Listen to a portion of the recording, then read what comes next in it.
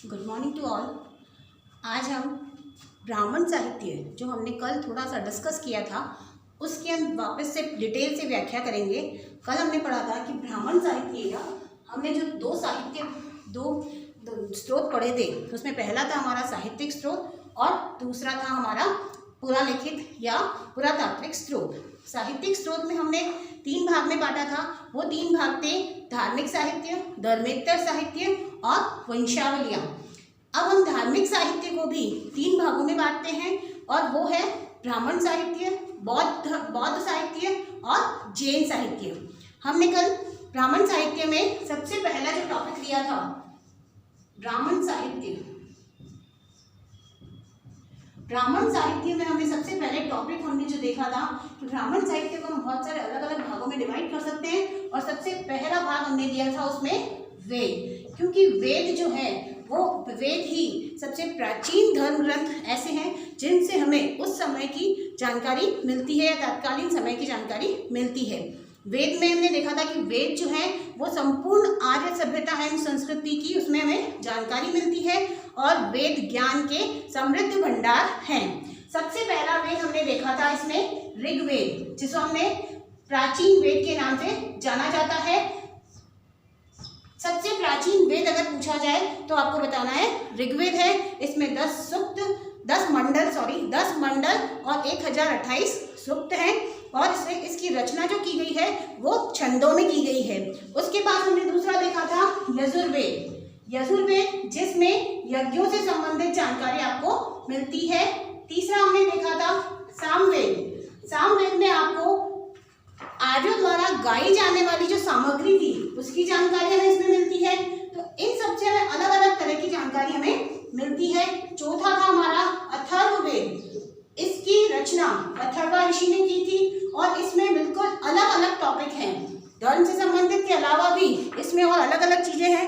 ये अंतिम वेद है और इसमें ब्रह्म ज्ञान, तंत्र मंत्र, औषधि आदि इनकी जानकारी, धर्म, समाज, निष्ठा, इनकी जानकारी हमें इसमें मिलती है।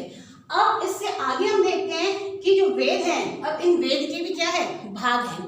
वेद के अलग अलग भाग हैं। हम देखते हैं कि वेद के भाग जो हैं वो क्या है, वेद के भाग। अब इन एक वेद के अलग अलग भाग भी हैं और ये एक जो वेद है इनके जो भाग हैं वो है, सबसे पहला है आपका संहिता। संहिता के अंदर क्या आता है, संहिता में आपकी सारी जितनी भी ऋग्वेद, यजुर्वेद, सामवेद, अथर्ववेद में जो व्याख्या की गई है उस व्याख्या के बारे में आपको बताया गया है संहिता में। तो संहिता में क्या बताई गई है आपको, व्याख्या किसकी। जैसे आप बता सकते हैं कि ऋग्वेद जो है उसमें किसकी व्याख्या की गई है, ऋग्वेद में सारी उसको छंदों के रूप में व्याख्या की गई है। सिर्फ छंद के रूप में उसका कोई अनुवाद या अर्थ उसमें नहीं है।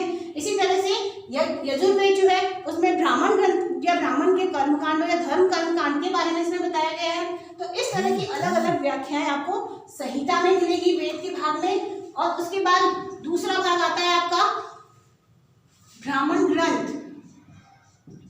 दूसरा भाग आता है आपका ब्राह्मण ग्रंथ।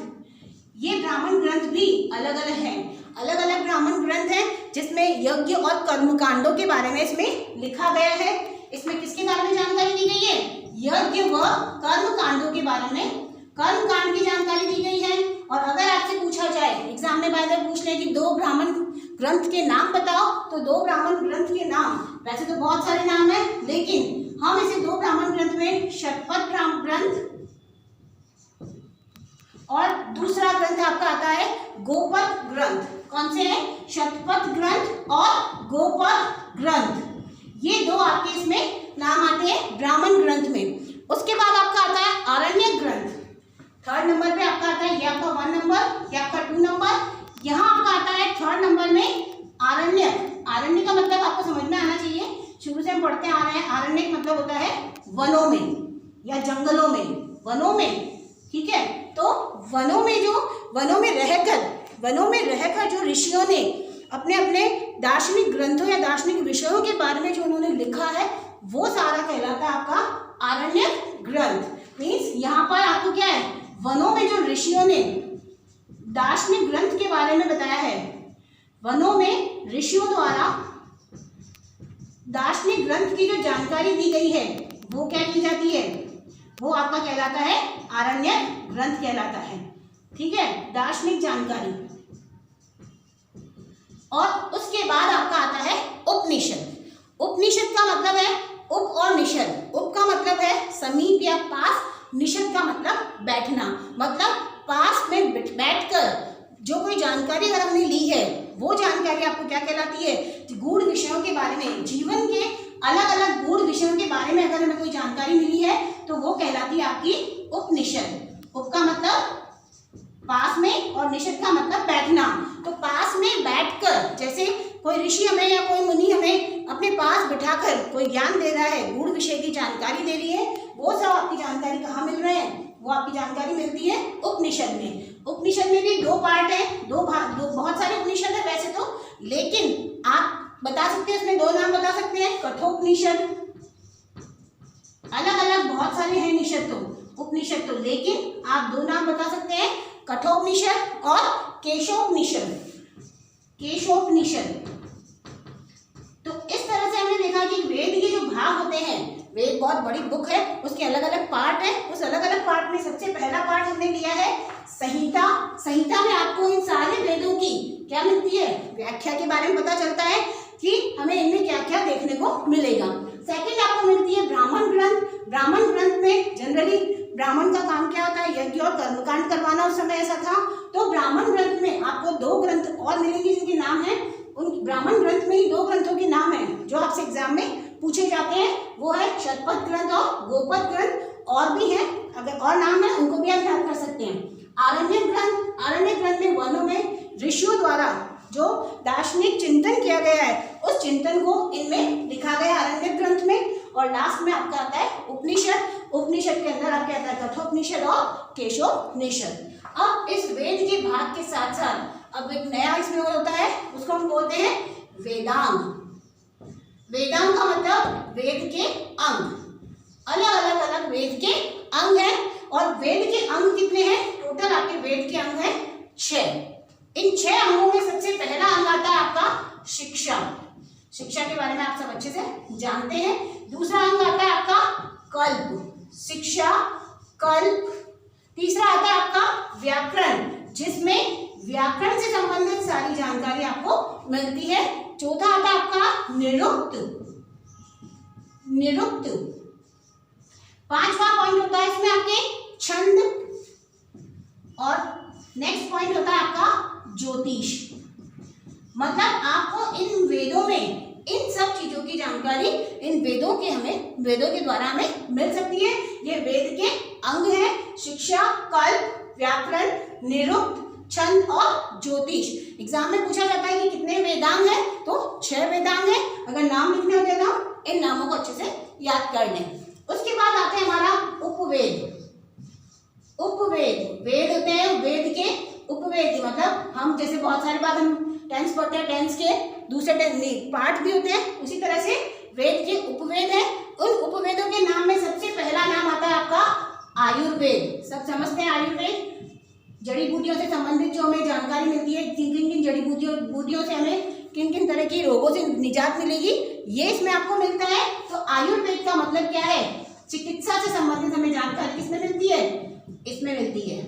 आयुर्वेद का मतलब चिकित्सा, और चिकित्सा से संबंधित जानकारी इसमें दी जाती है।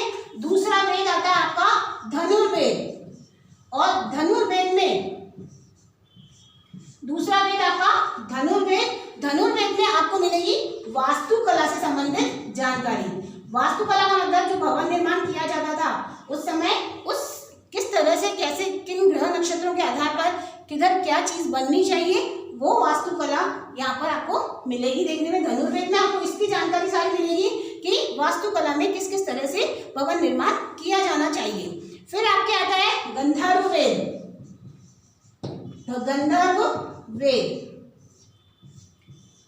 गंधर्व वेद में आपको किसकी जानकारी मिलती है, संगीत की जानकारी मिलती है। संगीत से संबंधित जितनी भी जानकारी होती है वो संगीत में ताल जो भी आते हैं वो सब आपको क्या किसमें मिलेगी, सारी जानकारी गंधर्व वेद में मिलेगी। नेक्स्ट टॉपिक आपका आता है शिल्प वेद। शिल्प वेद, शिल्प वेद में आपको क्या मिलेगा, सैन्य से संबंधित जानकारी, मतलब सेना किस तरह की होनी चाहिए, सैन्य विज्ञान मीन्स सेना किस तरह की, किस तरह से उन्हें विज्ञान उसे उन्हें सेट करके और अच्छे से युद्ध में हम निपुण हो सके। तो ये जानकारी आपको कहाँ मिलेगी, इसमें शिल्पवेद में। तो हमारे पास क्या हुए, उपवेद कितने हुए, 4 है।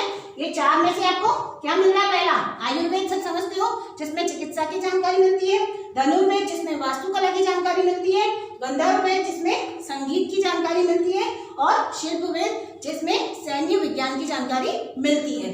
मतलब सबसे पहले हमारे जो हमने पढ़ा है, सबसे पहले तो ऋग्वेद, ये ऋग्वेद कितने, सॉरी वेद कितने हैं, 4। फिर हमने पढ़ा वेद के भाग, वो भी कितने हैं, 4। फिर हमारे देखना वेदांग हमने पढ़े हैं 6, और फिर हमने देखा है उपवेद कितने हैं हमारे पास, 4। आयुर्वेद, धनुर्वेद, गंधर्ववेद एंड शिल्पवेद। उसके बाद आपके आती है स्मृतियां, स्मृति ग्रंथ। इनसे भी हमें जानकारी मिलती है, अलग अलग समय में कौन कौन से अलग अलग ग्रंथ लिखे गए थे, इनको बोला जाता है स्मृति ग्रंथ। और ये स्मृति ग्रंथ आपको सबसे पहले सिर्फ यही पूछा जा सकता है कि स्मृति ग्रंथ में मेन स्मृति ग्रंथ कौन कौन से हैं। तो उसमें 4 स्मृति ग्रंथ हम देखते हैं। उसमें सबसे मुख्य जो है, वो प्रमुख जो है, वो पहला है मनुस्मृति, दूसरा है याज्ञवल्क्य स्मृति। तो इसमें भी हमारे पास कितनी है, 4 है। सबसे पहले आपके आती है मनुस्मृति, दूसरी आपकी आती है याज्ञवल्क्य स्मृति,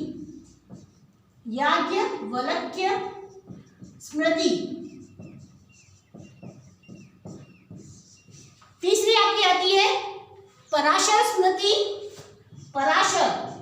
तीसरी आपकी आती है पराशर स्मृति, और चौथे नंबर पे आपकी आती है नारद स्मृति। अलग अलग स्मृति में आपको अलग अलग उल्लेख मिलेगा, और सबसे प्राचीन जो स्मृति आपकी है वो क्या कहला रही है, मनुस्मृति कहलाती है। इसके बाद आपने नाम सुने होंगे हमारे रामायण और महाभारत, उनसे भी हमें बहुत सारी जानकारी मिलती है, और वो भी हमारे क्या है, ब्राह्मण साहित्य के ही भाग कहलाते हैं। कौन से भाग है वो, ब्राह्मण साहित्य के भाग हैं। तो हम उसमें लेंगे रामायण और महाभारत। आप देखते हैं कि रामायण में हमें मर्यादा पुरुषोत्तम राम के बारे में जानकारी मिलती है। उस समय की आर्थिक, सामाजिक, राजनीतिक किस तरह की उन्हें शिक्षाएं दी जाती थी, वो जानकारी उसमें मिलती है। तो यहाँ हमारे आते हैं अगले नंबर पे आता है आपका स्मृति ग्रंथ के बाद आपके आता है महाकाव्य।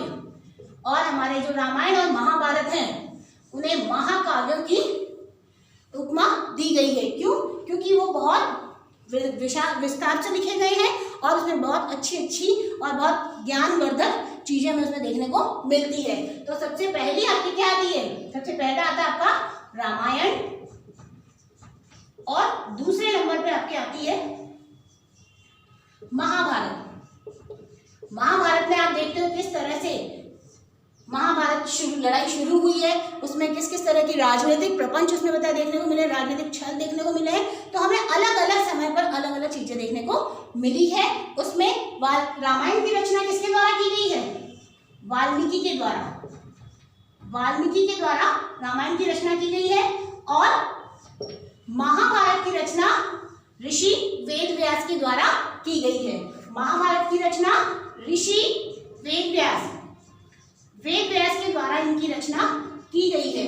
तो इनकी रचना कहाँ बैठकर की गई ये हम नहीं बता सकते, लेकिन इनकी रचना की गई है, और इसमें 18 पर्व है। 18 पर्वों में ये संकलित है, 18 पर्वों में ये संकलित है। तो 2 महाकाव्य थे, उनसे भी हमें प्राचीन समय की जानकारी, हमारे अतीत की जानकारी के स्रोत के रूप में हम इनको ले सकते हैं। और एक और लास्ट चीज होती है हमारी, आपने नाम सुना होगा कभी पुराण, कि हमारे पुराणों में ऐसा लिखा है, विष्णु पुराण, शिव पुराण, इस तरह के नाम सुने होंगे। तो इन पुराणों से भी हमें किसी न किसी प्रकार की जानकारी उसमें मिलती है। और वो सब पुराण जो है संख्या में कितने हैं, पुराण संख्या में हमारे पास है 18 पुराण है। और इन 18 पुराण में सबसे जो प्राचीन पुराण है वो कहलाता है मत्स्य पुराण है, सबसे प्राचीन पुराण है। बाकी 18 है। ये सबसे प्राचीन पुराण जो है वो है मत्स्य पुराण। इसके अलावा और पुराण भी है, जैसे मार्कंडेय पुराण, ब्रह्मांड पुराण, वायु पुराण, विष्णु पुराण, भागवत पुराण और मत्स्य पुराण, ये सारे पुराण है, लेकिन सबसे प्राचीन पुराण कौन सा कहलाता है आपका? सबसे प्राचीन पुराण है मत्स्य पुराण। उसके बाद आपके ये इन पुराणों के भी पांच विषय हैं। उन 5 विषयों में 5 विषय इनके होते हैं। पुराणों में 5 विषय हैं। पहला विषय आपका आता है सर्ग, दूसरा आता है आपका प्रतिसर्ग, प्रतिसर्ग, तीसरा आपके बनता है मनवंतर एंड वंश और वंशानुचरित। थर्ड नंबर पे आपके आता है वंश, फोर्थ नंबर पे आपके आता है मनवंतर एंड 5 नंबर पे आता है वंशानुचरित।